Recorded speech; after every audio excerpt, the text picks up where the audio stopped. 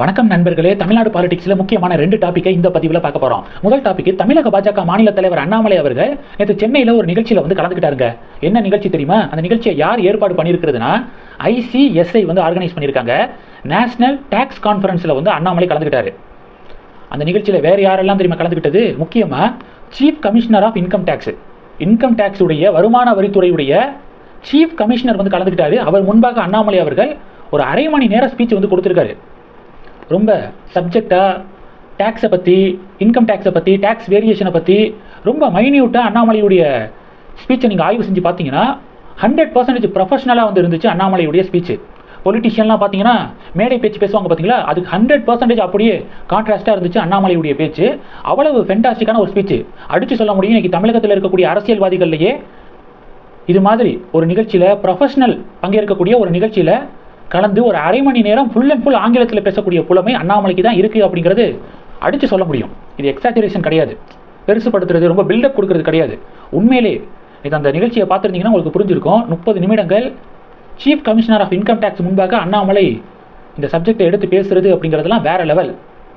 Okay, இப்போ என்னதான் அண்ணாமலை சாட்டியால் எடுத்து அடிச்சுக்கிட்டாரு பார்த்தீங்களா? அப்போ சில பேர் சொல்லலாம், என்ன சாட்டியால் எடுத்து அடிச்சுக்கிட்டாரு, என்ன படித்தவர் தானே அப்படின்னு சொல்லிட்டு திமுகவை சேர்ந்த சில பேர்லாம் கிண்டல் பண்ணலாம்.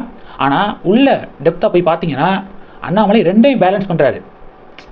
சயின்ஸ், ஸ்பிரிச்சுவல், இது ரெண்டையும் பேலன்ஸ் பண்ணி பாஜகவை வளர்க்க பார்க்குறாரு அப்படிங்கிறத நம்ம களத்தில் பார்க்குறோம். டேக்ஸ் சப்ஜெக்ட்லாம் ரொம்ப டெப்த், ரொம்ப ரொம்ப பெரிய சப்ஜெக்ட். டைரக்ட் டேக்ஸ்னா என்ன, இன்டைரக்ட் டேக்ஸ்னா என்ன, இன்கம் டேக்ஸ் டைரக்டில் வருதா இன்டைரக்டில் வருதா, ஜிஎஸ்டினா என்ன, ஜிஎஸ்டிக்குள்ளே எத்தனை ஸ்லாப் இருக்குது, ஜிஎஸ்டி கலெக்ஷன் போன வருஷம் எப்படி இருந்துச்சு, இப்போ எப்படி இருக்குது, ஜிஎஸ்டி வருவதற்கு முன்பாக டேக்ஸ் கலெக்ஷன் எப்படி இருந்துச்சு, இப்போ எப்படி இருக்குது, இது மாதிரியான டாபிக்ஸ்லாம் ரொம்ப டிஃபிகல்ட்டான டாபிக்ஸு.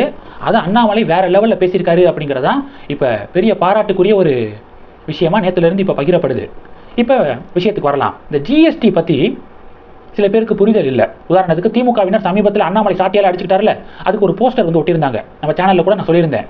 என்னன்னா, பெட்ரோல் டீசலுக்கு ஜிஎஸ்டி உயர்த்தப்பட்டுச்சு பார்த்தீங்களா, அதுக்கு அண்ணாமலை எப்போ சாட்டியால் எடுத்து அவர் அடிச்சுக்க போறாரு அப்படின்னு சொல்லிட்டு திமுகவினர் பல்வேறு பகுதிகளில் போஸ்டர் ஒட்டியிருந்தாங்க. நம்ம கூட சொன்னோம், பெட்ரோல் டீசல்லாம் ஜிஎஸ்டி வரம்புக்குள்ளே கொண்டு வரப்படலை, சென்ட்ரல் கவர்மெண்ட்டே கொண்டு வரப்படணும் அப்படின்னு சொல்கிறாங்க. அப்போ தான் பெட்ரோல் டீசலுடைய விலை மிகப்பெரிய அளவில் குறையும். ஆனால் ஸ்டேட் கவர்மெண்ட்ஸ் என்ன பண்ணுறாங்கன்னா எதிர்ப்பு தெரிவிக்கிறாங்க.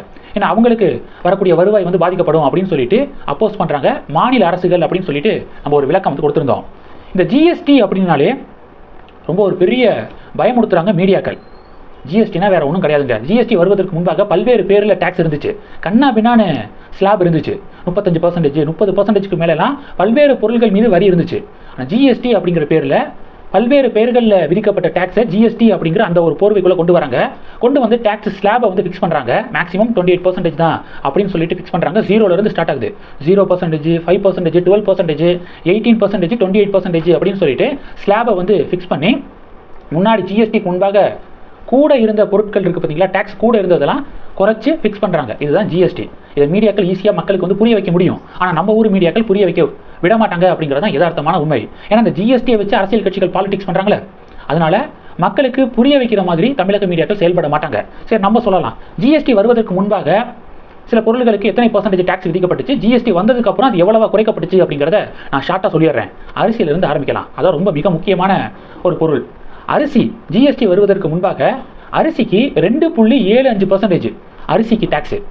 இப்போ ஜிஎஸ்டிக்கு அப்புறம் 0% டேக்ஸ் அரிசிக்கு. கோதுமை 2.5% டேக்ஸு கோதுமைக்கு ஜிஎஸ்டிக்கு முன்பு. இப்போ 0% டேக்ஸு. தயிர், மோர், பால் இதுக்கெல்லாம் ஜிஎஸ்டிக்கு முன்பாக 4% டேக்ஸ் விதிக்கப்பட்டிருந்துச்சு. இப்போ இதுக்கெல்லாம் 0% டேக்ஸு. சரி, டிவி எடுத்துக்கலாம். TV, air cooler, fan, fridge, washing machine இதுக்கெல்லாம் ஜிஎஸ்டிக்கு முன்பாக எவ்வளோ தெரியுமா டேக்ஸு? 31.3% வரி விதிக்கப்பட்டுச்சு. டிவிக்கு, ஃப்ரிட்ஜுக்கு, வாஷிங் மிஷினுக்கு இதுக்கெல்லாம் 31.3% டேக்ஸ் விதிக்கப்பட்டிருந்துச்சு. ஆனால் ஜிஎஸ்டி வந்ததுக்கப்புறம் இது 18% குறைக்கப்பட்டிருக்கு அப்படிங்கிறத பார்க்குறோம். அடுத்து பால் பவுடர் எடுத்துக்கலாம். பால் பவுடருக்கு ஜிஎஸ்டிக்கு முன்பாக 6% டேக்ஸு. இப்போ ஜிஎஸ்டிக்கு அப்புறம் 5% குறைக்கப்பட்டிருக்கு. பேஸ்ட் இருக்குது பார்த்தீங்களா, பேஸ்ட் ஜிஎஸ்டிக்கு முன்பாக 27% டேக்ஸு பேஸ்ட்டுக்கு. ஆனால் இப்போ ஆஃப்டர் ஜிஎஸ்டி 18%. செப்பல், செருப்பு இருக்குல்ல, ஜிஎஸ்டிக்கு முன்பாக 21% டேக்ஸு. இப்போ 18%. சோப்பு தூள் இருக்குது பார்த்தீங்களா, சர்ஃப் எக்ஸல் இது மாதிரி சோப்பு தூள் இருக்குல்ல, ஜிஎஸ்டிக்கு முன்பாக 28%, இப்போ 18%. வாட்சு ஜிஎஸ்டிக்கு முன்பாக 28%, இப்போ 18%. சோப்பு இருக்குல்ல, பிஃபோர் ஜிஎஸ்டி 27%, இப்போ 18%. சினிமா டிக்கெட்டுக்கு வந்து டேக்ஸ் இருக்குல்ல, அது முன்னாடி 35% இருந்துச்சு, இப்போ 18%. அப்போ நீங்கள் ஆய்வு செஞ்சு பார்த்தீங்க அப்படின்னா, எடுத்து படித்து பார்த்தீங்க அப்படின்னா, ஜிஎஸ்டிக்கு முன்பாக ஒரு எல்லையே இல்லாமல் கண்ணா பின்னான டேக்ஸ் இருந்துச்சு. ஆனால் இப்போ ஜிஎஸ்டி அப்படிங்கிற ஒரு இதுக்குள்ளே பல்வேறு பேர்களில் விதிக்கப்பட்ட டேக்ஸை உள்ளே கொண்டு வந்து ப்ராப்பராக ஸ்லாப் அமைத்து வரி குறைக்கப்பட்டிருக்கு அப்படிங்கிறத நம்ம களத்தில் பார்க்குறோம்.